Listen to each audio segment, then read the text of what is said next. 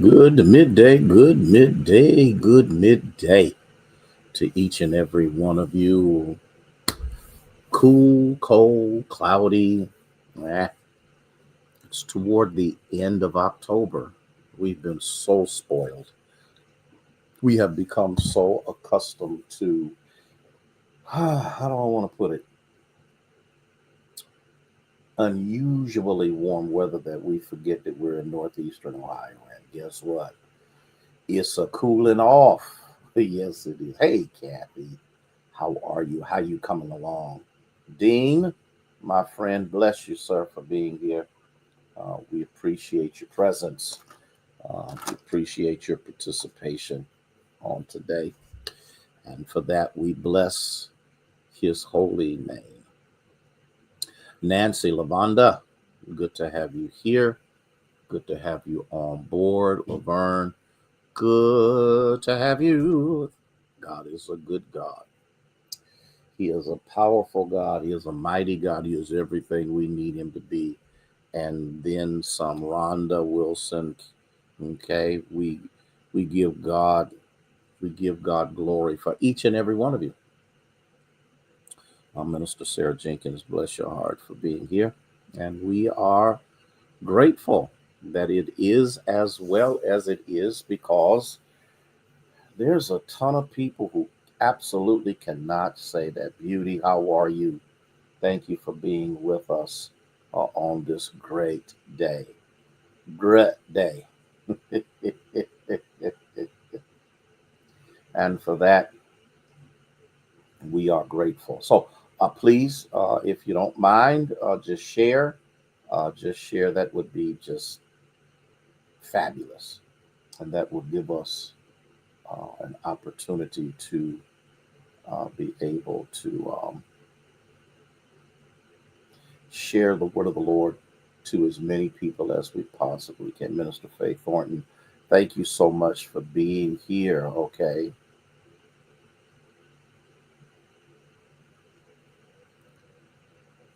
Oh, because it comes up Dean. I'm so sorry. It's Geraldine. Okay. But it comes up Dean. I'm so sorry. Geraldine, thank you so much. All right. Andrea, good to have you here. Bless the Lord for you. They call you Dean. Oh my goodness. Geraldine, I got it now. Pray that I remember it, okay? All right. Linda, Arrington, Barbara Foose, thank y'all so much for being here. Thank y'all so much. Because I think there is a Dean Bryant. You know what? Hey, thank you so much for being tolerant. I appreciate that. Deborah Toomer, thank you so much. Thank y'all for sharing. That is just absolutely wonderful. Yeah, I'm out of control. I think the one thing that I am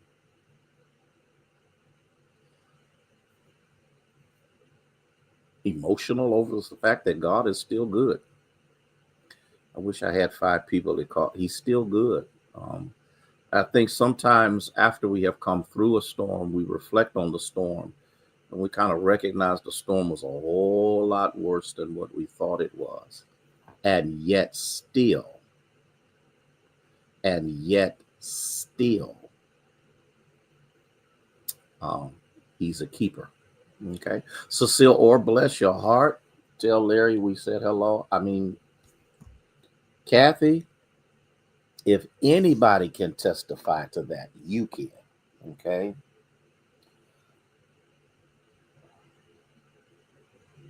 Thank you, Iris. I appreciate you letting us know that all is as well can be where you are.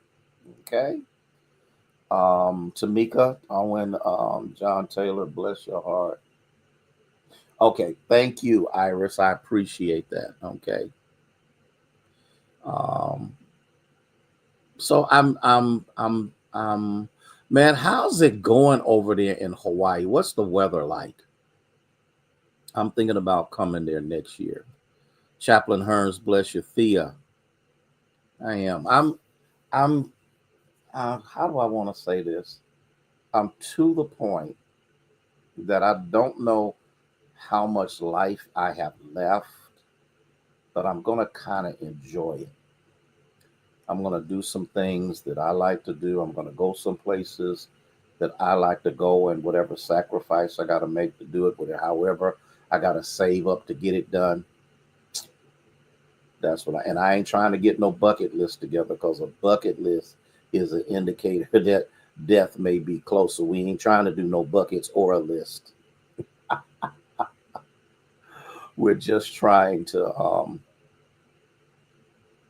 enjoy some things before we see Jesus, and I think that's important. Okay, Elder Carter, bless your heart, and when I talk about that, yeah, I want to go to Hawaii. Yeah, I want to go to Europe. I want to go to Dubai. I've got several places that I really want to go. I got some places that I want to revisit. I want to go back to Alaska. Um, I'm telling you, when Hawaii was between Hawaii and Alaska, those were the greatest adventures that I've ever had in my life. Now, we cruised to um, Alaska.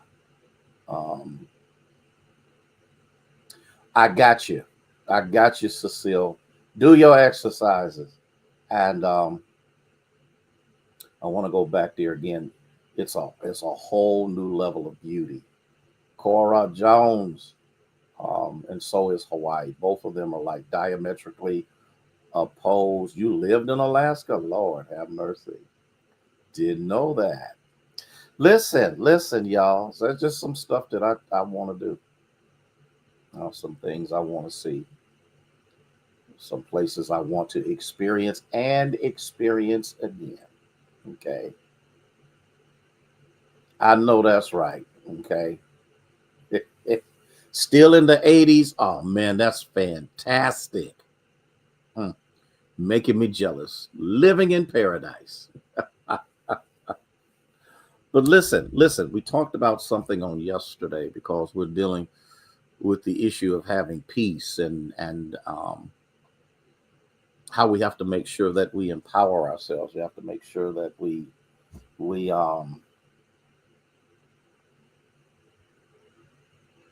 that is excellent, Deborah. Go ahead on and enjoy yourself. Be careful. Be safe. How can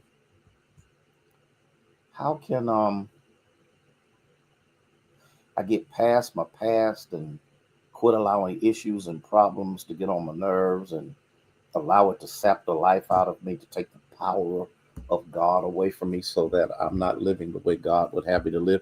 Um, Jesus said some things that is overwhelmingly important. Dr. James Mansell, um, and I think we got to recognize and understand them. And Ethel, they have to be more than just words. They have to actually have activation. Um, Valerie, White, good to see you.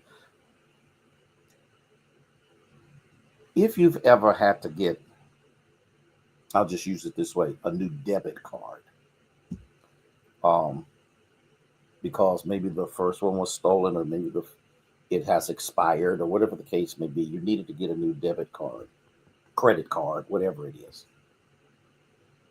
You have to understand that the card is of absolutely no use whatsoever until it is activated. You can stick it in the ATM machine. You can try to go to the store with it. You could try to purchase things online, and it will not function until it's activated. Thank you so much, Cecile. I was feeling last night. It was one of those moments, and you can get mad at the provider of the card. You can go off on the people at the store. You can say you don't know what's going on. What you have to understand is it has to be activated. Okay. And so what we've got to see,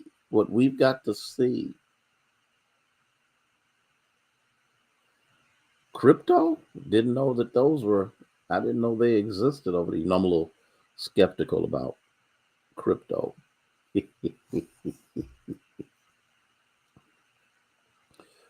but but you have to remember that the person who owns the card is not you.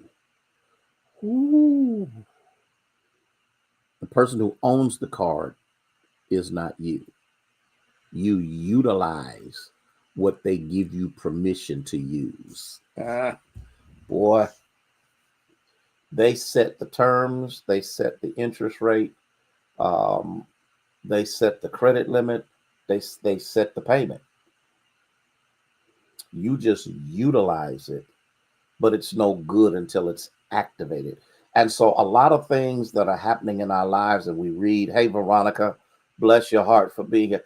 We read them and we go over them and we ingest them and all of that stuff, but it doesn't do any good until we activate. I talked about this last night just a little bit. You got to put um, feet on your faith. And so until I take the word of the Lord seriously, until I apply it to my life, until I actually make it up in my mind, I'm going to live this thing the way God says I'm supposed to live it. I'm going to quit being depressed. I'm going to quit being oppressed. I'm going to quit being bent out of shape. I'm not going to allow my circumstances or my situations, whether they're past, present, or even some future challenges that are coming. I am not going to do that. What am I going to do? I'm glad you asked that question. First of all, I'll recognize, and again, I'm going over this again, 1 Corinthians 14:33. God is not a God of confusion, but of peace. And I don't know about anybody else, but I'm so glad that I have the peace of God. It is the peace of God that keeps me from going crazy. It's the peace of God that allows me to think while I'm in the midst of a storm. It's the peace of God that allows me to be able to navigate life without wrecking the ship.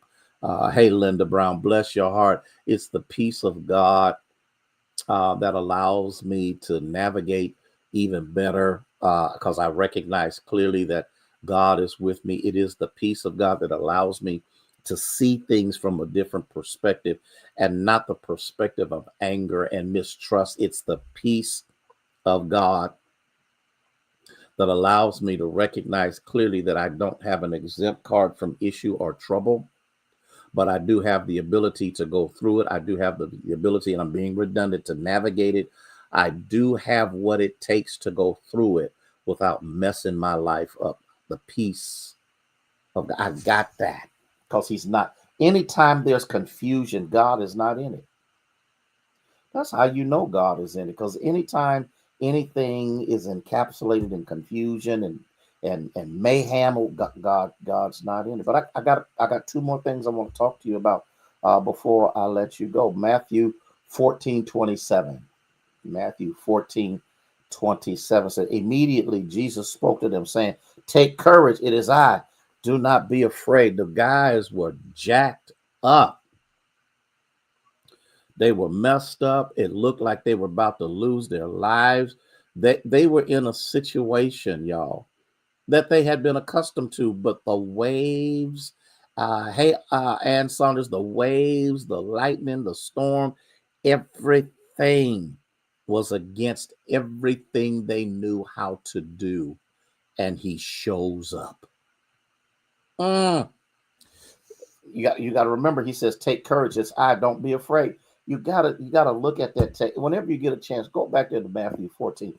Take a real good look at the text because you're gonna find something fascinating there because the storm doesn't stop once Jesus speaks in this instant.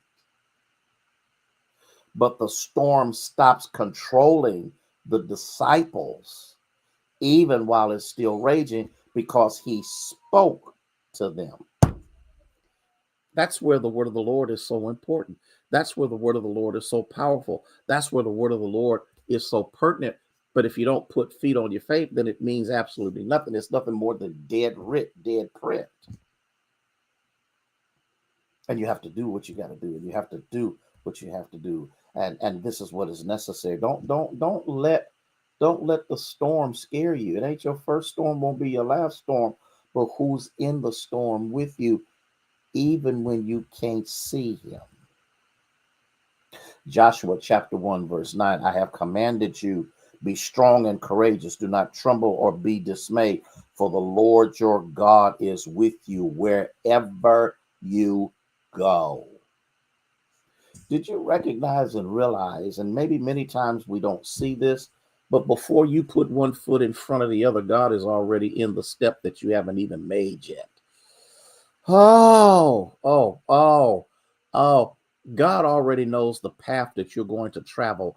Laverne, bless you. God already knows the path that you're going to travel. Laverne, I want you to hear it. God already knows the path you are going to travel before you step into it. And what he does, Gelada, is he causes things to meld and to work together for your good, even when you can't see, even when it's trying, even when it's crazy, even when there's disappointment and all of those things. But God already knows what's going to take place. He said, I told you to be strong and courageous. I did not tell you that trouble wouldn't come. I didn't tell you that you wouldn't go through changes. I did not tell you that every day would be a sunny day. I did not guarantee you that every moment that you wake up is a moment you want to wake up. But I did guarantee you that you should be of a good cheer because I've overcome the world. And so God teaches us here, okay? Be strong, be courageous, okay? Do not tremble or be dismayed, for the Lord your God is with you wherever you go, wherever you, we sing that song, order my steps in your word. Okay, the steps are ordered. Since the steps are ordered, walk in them. The disciples only obeyed what Jesus said, and the storm showed up. Walk in it. I'm going to say this, and I've said this before. I need to say this again because the shout is in this. Would God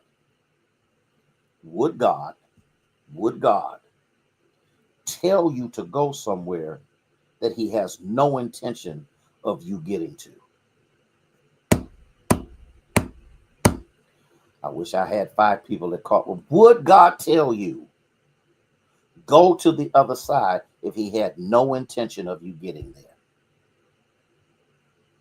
He didn't tell you what was going to happen between start and finish. What he told you was when you started, you would finish. Okay, I got to go. Love y'all with the love of Jesus, who is the Christ. There will not be a snapshot tomorrow. And so we want you to believe God over the weekend that whatever you stand in need of, God will supply. And y'all have a great day in the Lord. Love y'all with the love of Jesus Christ. May God bless you. May he keep you, is our prayer.